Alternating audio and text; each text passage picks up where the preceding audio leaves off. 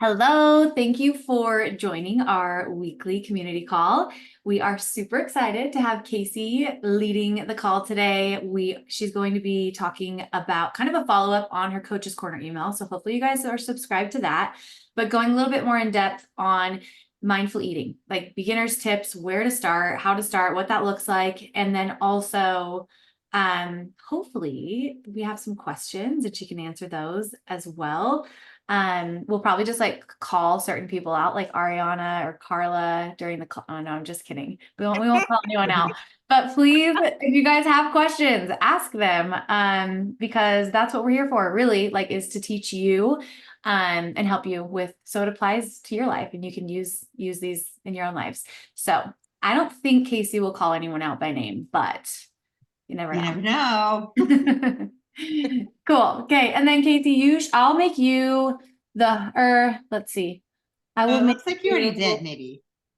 I don't think I made you the host, but I'll make sure you can share at least. Let me So I just, have the icon that I can share. So share screen. okay. Oh, yeah, yeah. Yeah, you should be good. All participants. Okay. Okay. All right. Ooh, wait. Did I select the wrong one? Can you guys see the It just says has started screen sharing, but it's dark still for me. Yeah, it's black. weird? Your screen sharing is paused. Why? Why?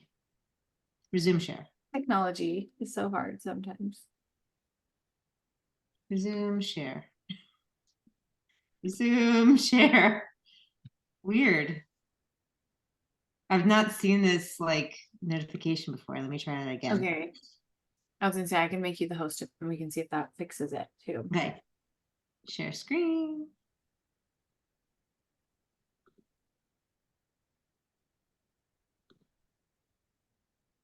Any better? No, it's the same. Are you choosing share like full screen? Yeah. Or I wonder if you have like a permission off. Oh, I might. Shoot. Let me go in and look for Sorry, guys. the email and I can share it too if that helps.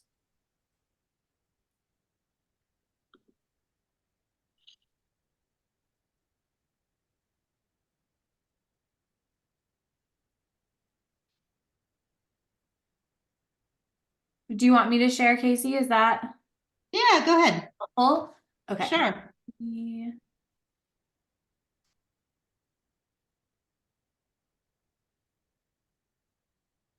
Alrighty. Can you guys see that?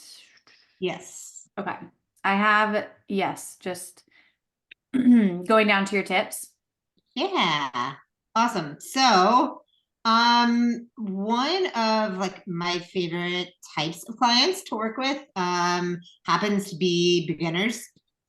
It's just something that I like being people's like first introduction into something new, their first experience with something. Back when I was coaching CrossFit, I loved doing like all of the new member on ramps, just because it's a fun experience seeing somebody be exposed to something new for the first time and really being able to guide them through that.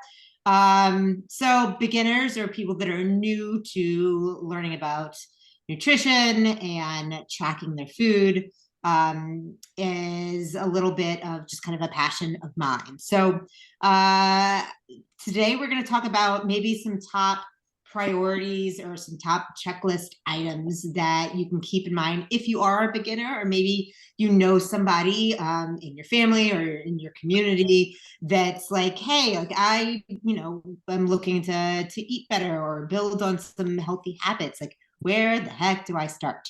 So maybe this could be something that you could share with them, or just take something for yourself a little bit as well. The first thing that I like to do with new clients, or anyone new to nutrition, is think about what you can add to your diet and lifestyle, in a positive way, rather than what do you have to restrict or eliminate. I think that, a lot of the diet culture is, elimination, like don't eat sugar, don't eat fats, don't eat processed carbs, don't eat this, don't eat that. And what I really like to start with is, okay, what can we add, right? Let's make this easier and simpler, because I do think that there is a time and a place for all foods, unless you have some like medical condition, of course. But what can we add, all right? And the first thing that I start off with are fresh fruits and vegetables. No matter what your kind of goal is with your physique, whether that's you want more muscle, less fat, recomposition, going to a build phase, a deficit, like any of those, fresh fruit and vegetables are going to be like one of the major items that's going to help you get there. And I would say like probably 9 out of 10 clients that I have don't eat enough of those items, of the fresh fruits and veggies. I might see like a piece of fruit in their food box, Or like a or little spinach added to right, like, something. or maybe it's like a handful of broccoli with dinner. Like that's Mhm. great, by all means, eat your handful of broccoli with dinner.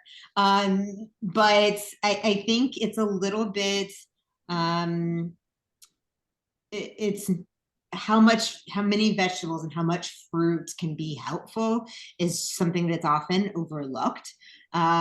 So I tell a lot of my clients, okay, obviously protein is something that we have to be intentional about, which I'll get to down below. But your first focus should be on protein, and then I want you to start filling it in with fresh fruits and vegetables. And that's every meal, that's every snack. It's not just, oh, I had a salad for lunch or my handful of broccoli for dinner. So the more that you can really incorporate it throughout your day and add that to your day, I think it's just super, super helpful.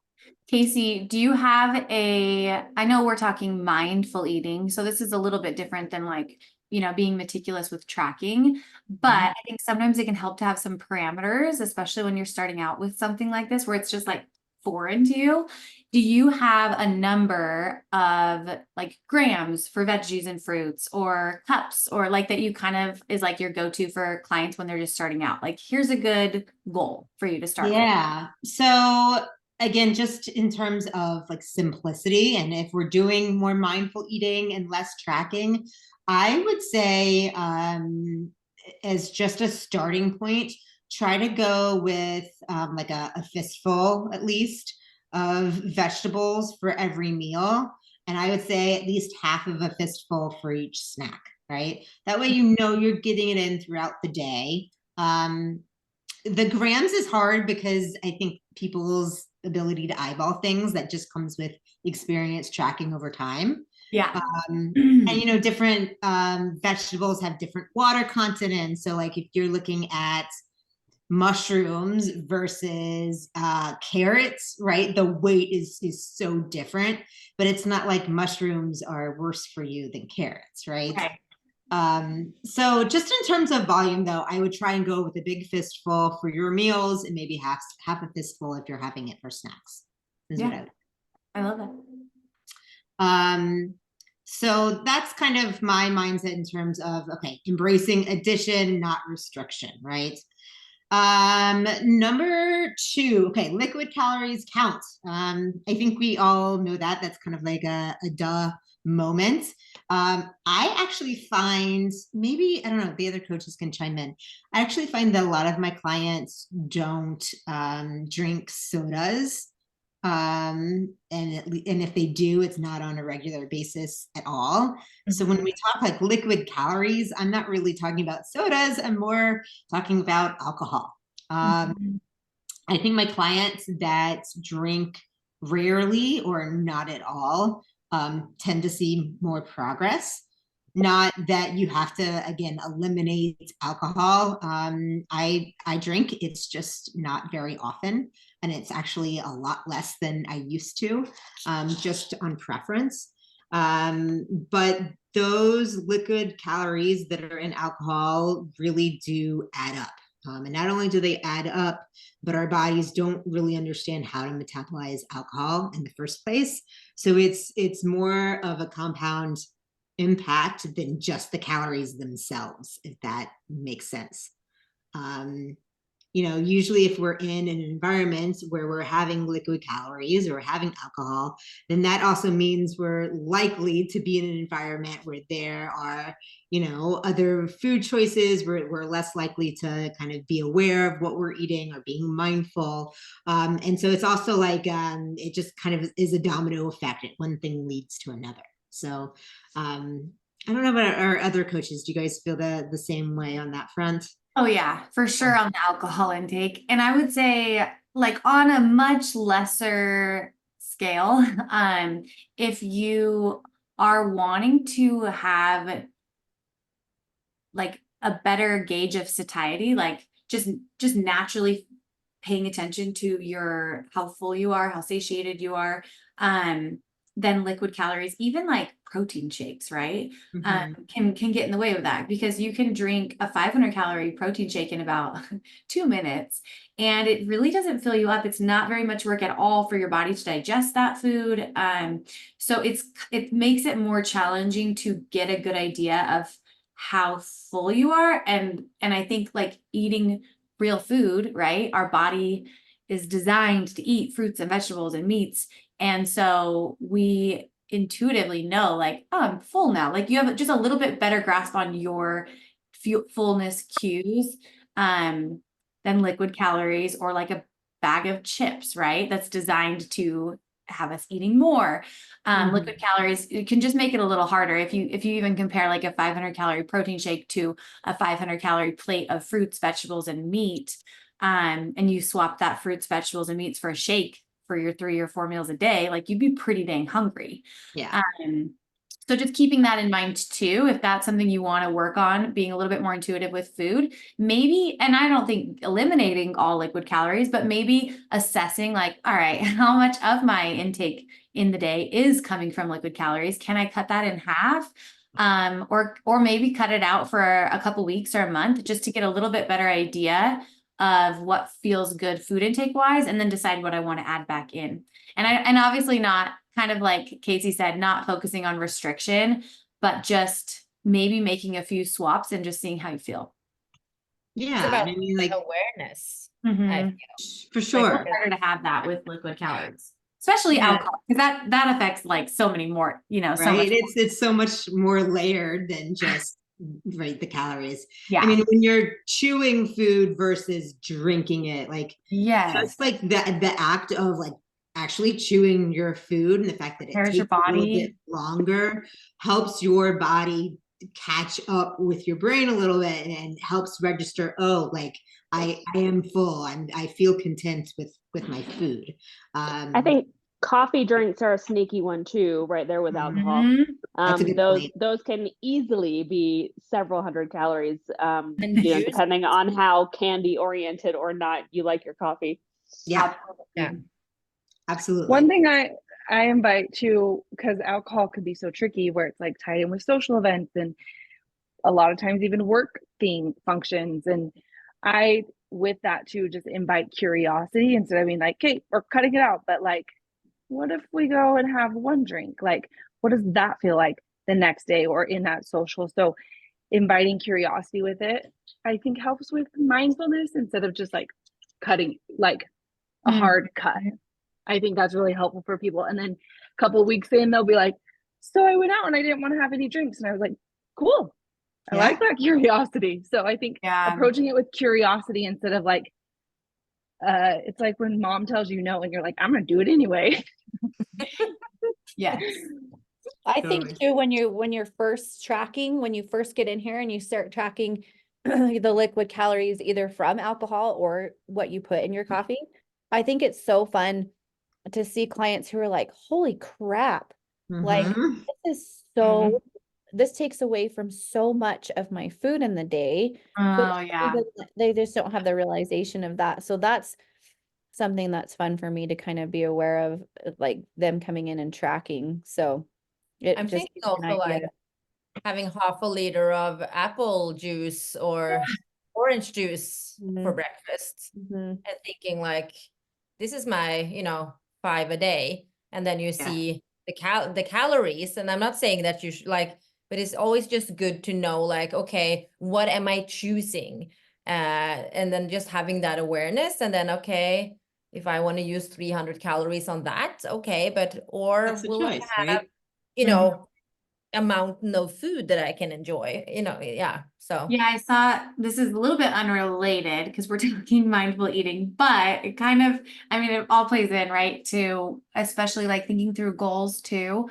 I saw someone share like I think is it analogy? I think it's analogy. I always get metaphor and analogy mixed up, guys.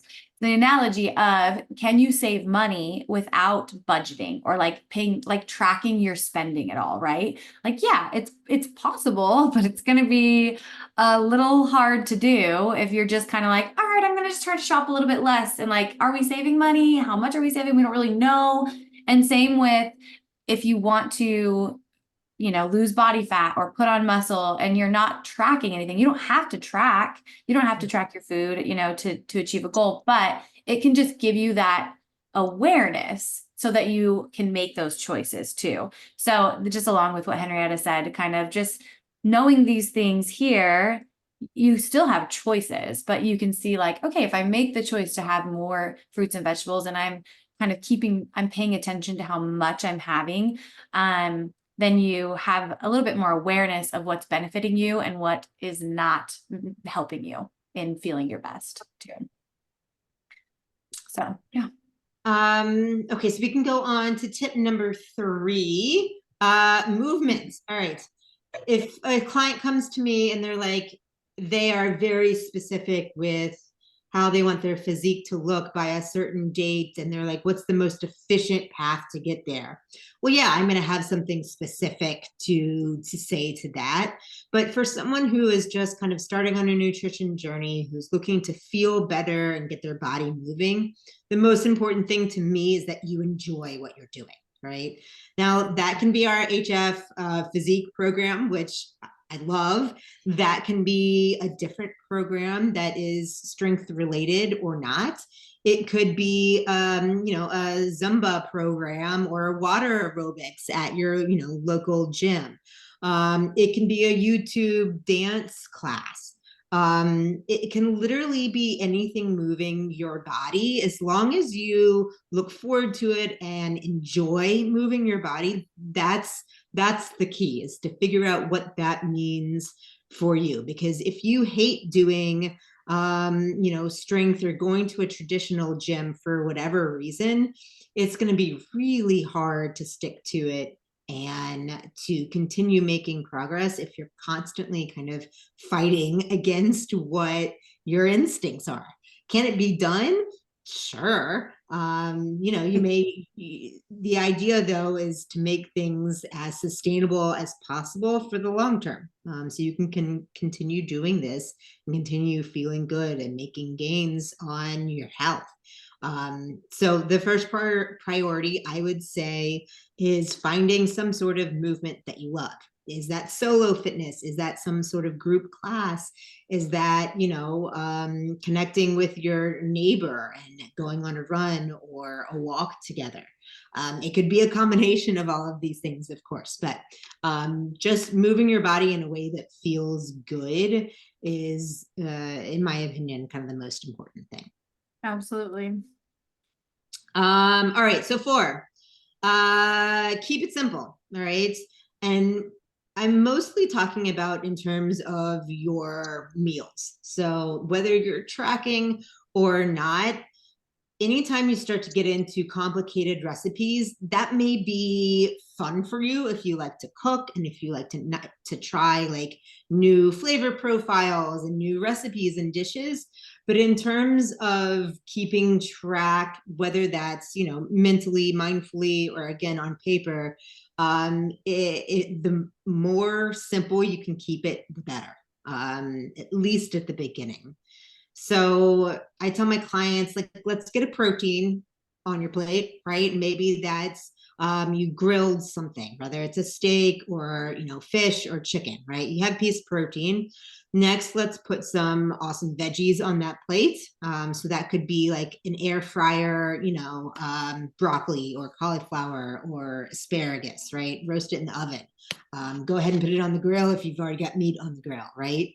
So now you've got your protein, you've got your veg, you likely have a little bit of fat included in both of those items. So let's just round it out with a starchy carb, right? Some complex carbs, something that's going to give you fiber and isn't just kind of, straight carbs without any other nutrients in there. Something like a whole grain rice, bread, sweet potatoes are awesome. And you're done, right? You've got your protein, you've got your veg with some fat, and then you've got a carb. And it can be that simple. That's your meal. So the less kind of fussy that you make it, right? So like fewer sauces, fewer ingredients, I think it's just makes it a lot more simple and a lot easier to start with. Okay, so number 5, patience is key. I have clients that start to see results pretty quickly, and I have clients that don't. And it's not really that they are doing something right or wrong, but sometimes our bodies take time. It depends on where we're coming from, what we're trying to do. What are your hormones like? What's your environment like? What's your stress like? And sometimes it takes more than a couple of weeks for all of these pieces to come into play. It may, take several weeks before you start to feel a little bit better. And then once you start to feel a little bit better, maybe you notice that you're able to go a little bit more intensely in the gym. And then that leads to the fact that you're able to, sleep and recover better. And then that maybe starts to lead to changes on the body weight scale. So there are just so many different factors in place that I think we get caught up in, holy cow, I've been doing everything perfectly for 2 days. Why isn't the scale moving? Patience. Yeah, and your clients that do really well, like they might have different life stressors, they might have different sleep schedule, they might be coming off of just like less stress historically, or maybe having just a different way of eating historically that's going to impact them. And so remembering that behaviors can change quickly, but our body takes longer to change because our body's complex, there's a lot going on. And especially in regards to hormones, like you might change how you're eating, but hormones take longer. And if your sleep is impacted and stress is impacted, that's going to impact your leptin and your ghrelin, like your hunger hormones that tell you I'm satisfied or I'm hungry. And so those just knowing how you feel and what you're doing might not line up for a minute.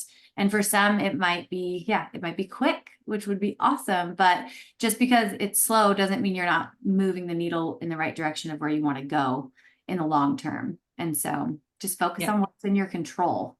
I think that's just keep coming back to like, what can I control and how is that going to benefit me? Which leads us into the next one. Thank you, Michaela. Oh, control what you can. It's almost like I was reading that. Right? Almost, huh? And this, in simple terms, is giving yourself some grace for things that, just aren't in your control. Like, are your kids sick? Does that change your routine or your schedule from the day? Like most of us are moms here, and our kids get sick a lot.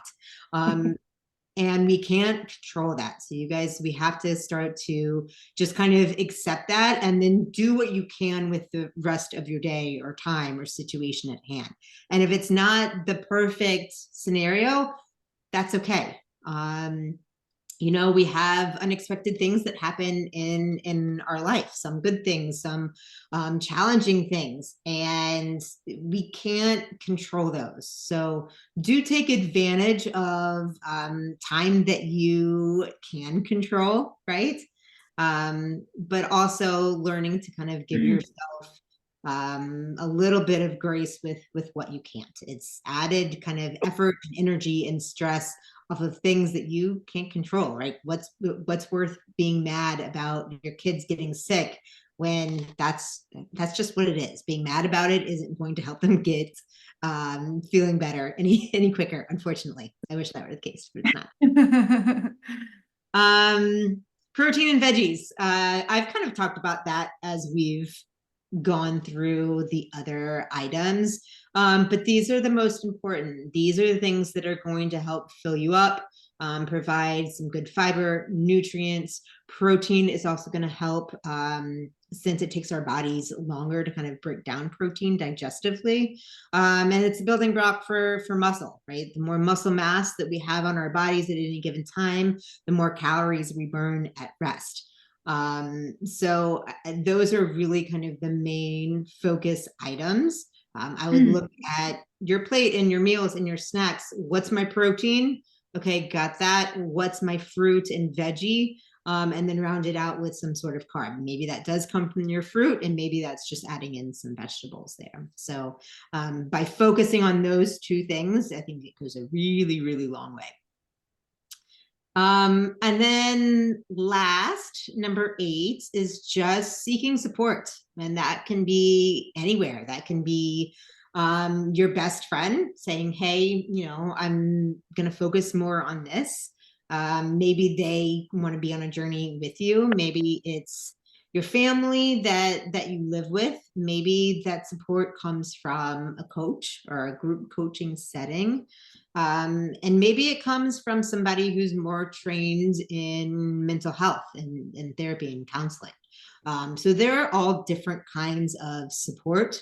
And I just would encourage new clients or anyone new to the world of health and nutrition to find some sort of support that matches what they think that they might need. It doesn't have to be a solo journey where you keep everything a secret. It's okay to talk to people about changes that you want to make and goals that you have. I think a lot of us may be self-conscious of kind of talking, communicating those goals, but I think it also inspires a lot of people, and it's also a way to connect. So I would definitely make sure you go into a new journey with some sort of support network. I would recommend also to really, especially if you're changing your lifestyle, like in a bigger way, like really talk, if you have a significant other like at home, really talking with that person, or your family, maybe you have older kids, like whatever it is, someone that's close to you, really share like what, if there's something in your life now that is important that hasn't been important before, like that is really good information to share with someone that is close to you, because you will want to have them on board as your support person, no matter how that looks. Like that can look very differently. Some can just be very hands-on supportive, and others can just be there as a, more I got you, in other ways.